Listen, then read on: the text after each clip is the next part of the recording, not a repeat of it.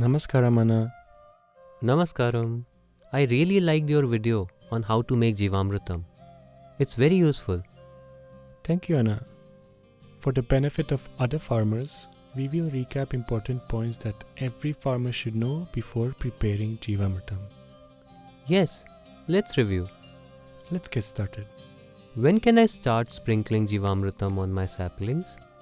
We can start sprinkling Jivamrutam over saplings of any crop or tree after 20 days of planting. What crops can I use Jivamrutam for? We can use Jivamrutam for all types of crops. How much quantity should I sprinkle? To take care of saplings planted in 1 acre of land, use the following quantity. First sprinkle, 20 days after planting the sapling. Mix half a liter of Jivamrutam in 10 liters of water and spray over all saplings. Second sprinkle, 21 days after the first sprinkle. Mix 3/4 of liter of Jivamrutam in 10 liters of water and spray over all saplings. Third sprinkle, 21 days after the second sprinkle. Mix 1 liter of Jivamrutam in 10 liters of water and spray over all saplings. From then on, continue every month. Mix 1 liter of Jivamrutam in 10 liters of water and spray over all saplings. How long does it take for Jivamrutam to be ready? It is ready for use 2 days after mixing the ingredients. How does one know if the Jivamrutam has been prepared in the right way? Within the first 2 days, Jivamrutam should ferment, quite like idli flour fermentation. On the third day, you will see a layer of white cream gathered on top, and the sour smell will also start emanating. On the 7th day, the top surface will start turning black. How long can it be stored after it is ready? We must use Jivamrutam within 7 days after it is ready.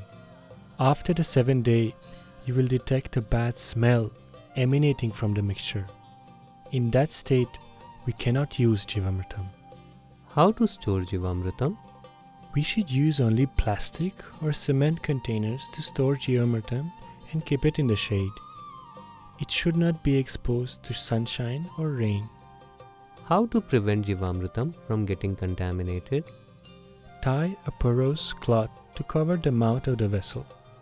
You can use a gunny bag or an old cloth found in the house for this. Every time you stir the Jivamrutam, the stick that you use to stir should be thoroughly cleaned.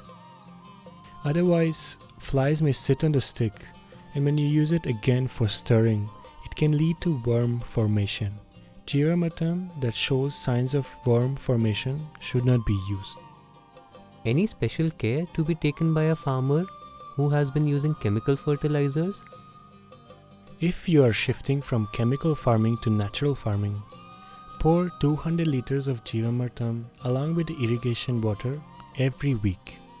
In the initial stages, farmers must follow this diligently to improve soil fertility quickly and to boost sapling growth.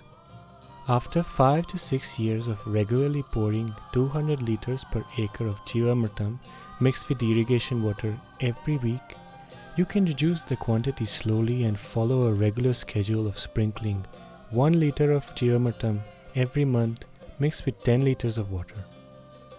I have a 30-acre farm and I have planted 1,000 saplings this year. After hearing the benefits of Jivamrutam, I want to use Jivamrutam on my farm. But I want to know how much labor will I need to employ to make enough Jivamrutam for my farm. Will it be cost effective? Don't worry. There are different methods of making Jivamrutam.